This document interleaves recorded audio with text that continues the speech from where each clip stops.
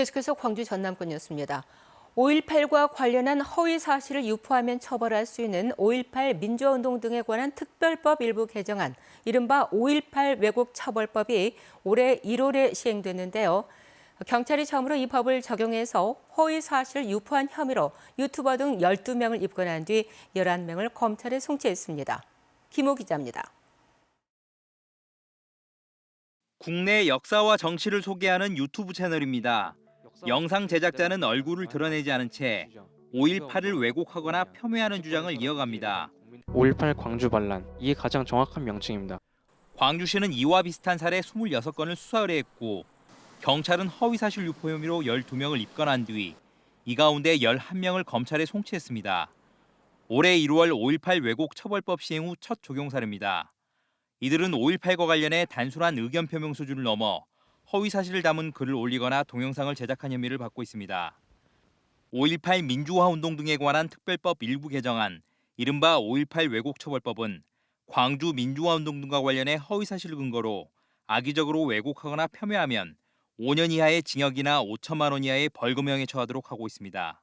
북한군이 개입한 폭동 등으로 주로 이제 아직도 지속적으로 왜곡을 하고 있습니다. 처벌에 나온다면 현저하게 줄어들 수 있다, 이런 판단이 들었습니다. 광주시와 5.18 기념재단 등으로 꾸려진 역사 왜곡 대응반은 앞으로도 허위사실 유포에 대한 감시를 강화해 나가겠다고 밝혔습니다. KBS 뉴스 김호입니다.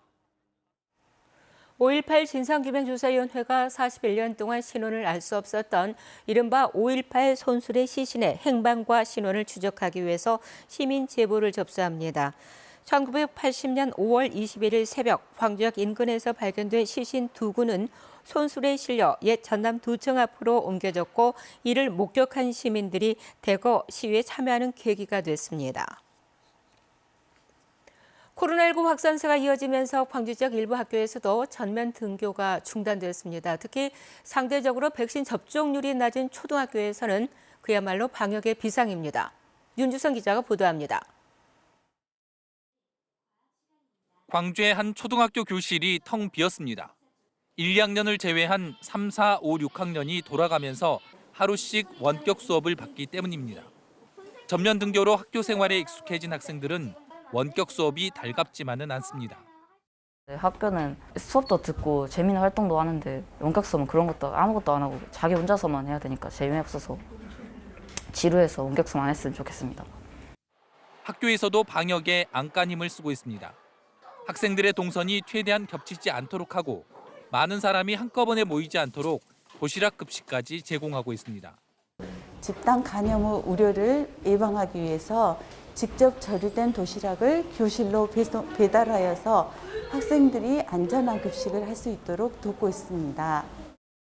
이렇게 이번 주부터 전면 등교를 중단한 곳은 학생 수가 1,000명이 넘거나 학급당 학생 수가 30명 이상인 과대 과밀 학교입니다.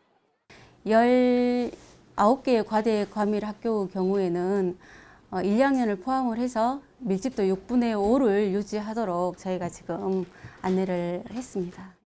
교육력 훼손 등을 막기 위해 전면 등교 방침을 이어가는 상황에서 코로나19의 지속적인 확산은 교육 현장에도 큰 어려움으로 다가오고 있습니다.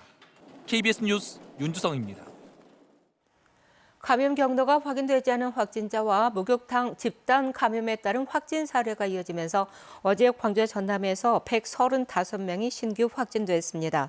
광주에서는 감염 경로가 밝혀지지 않은 확진자 12명과 기존 확진자의 접촉자 20명이 확진되는 등 확진자 66명이 발생했습니다. 전남은 여수한 목욕탕과 관련해서 직원과 방문객, 이들의 가족 등 16명이 확진되는 등 69명이 신규 확진 판정을 받았습니다. 올겨울 들어 지금까지 전남에서 발생한 고병원성 조류 인플루엔자 AI는 농장에서 농장으로 옮겨가는 수평 감염 사례가 한 건도 없는 것으로 나타났습니다. 그만큼 바이러스가 사방에 퍼져 있다는 얘긴데요. 또 다른 유형의 바이러스까지 확인되면서 농가 자체 방역이 어느 때보다 중요해졌습니다. 보도에 박지성 기자입니다. 대형 소독 차량이 도로변 멀리까지 이중 소독을 벌입니다. 고병원성 AI가 잇따르면서 차가 다니는 곳은 모두 집중 소독 대상입니다. 철새에 의해서 바이러스가 퍼지는데요. 지금 현재 상으로는 모든 농장 주변에 바이러스가 이미 다 광범위하게 퍼져 있다고 생각하고 있습니다.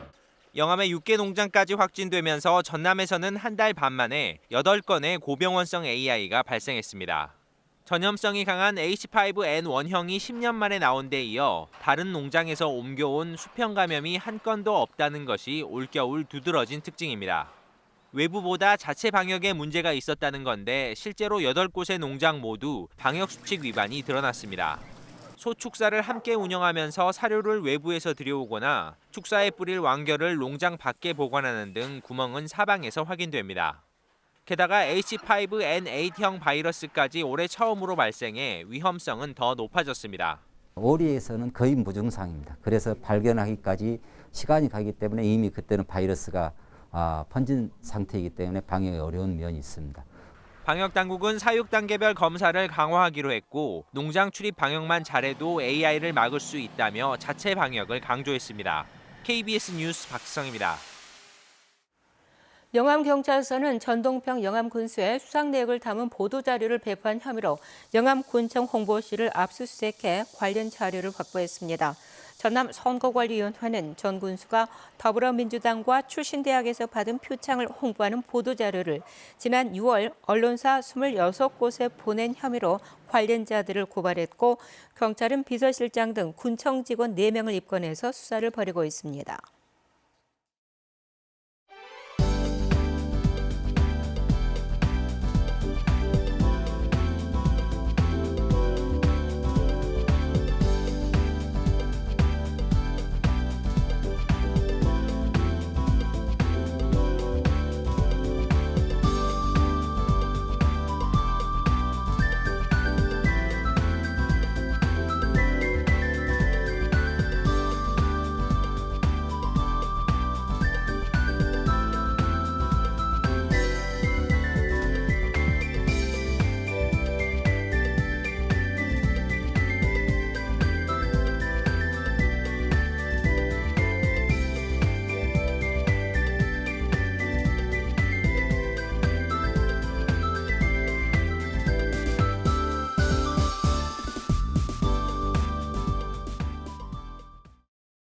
이번 주는 다소 포근한 날씨가 이어지고 있습니다. 오늘 광주의 아침 기온이 0도 안팎에서 시작했고요.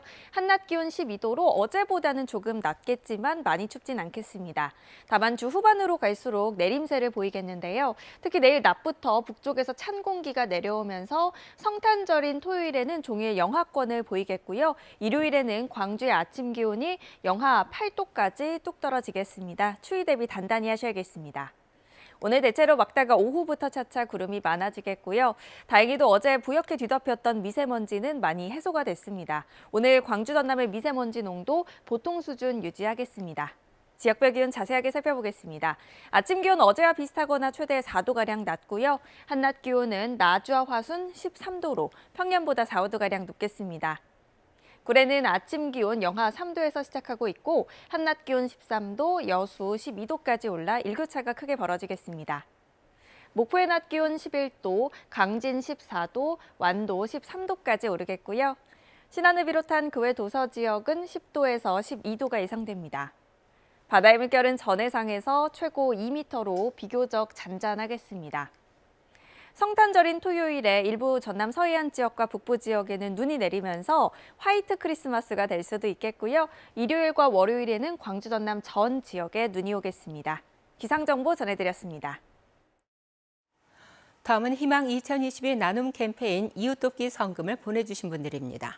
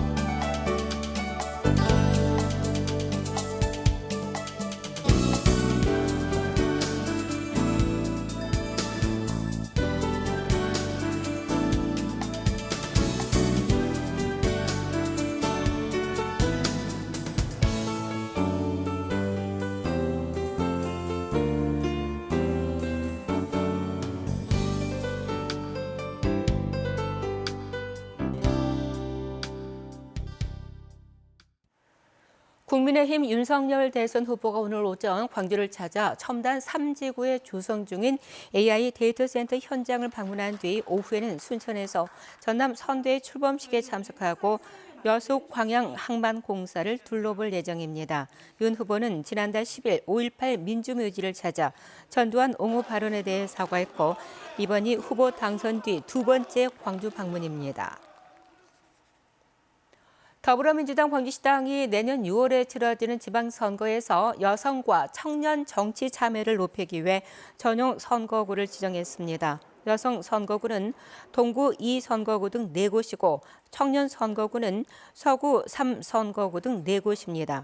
민주당은 또 광역 비례대표 1번에 여성이나 청년을 추천하고 모든 기초의원 선거구에도 여성과 청년을 1명 이상 공천할 방침입니다.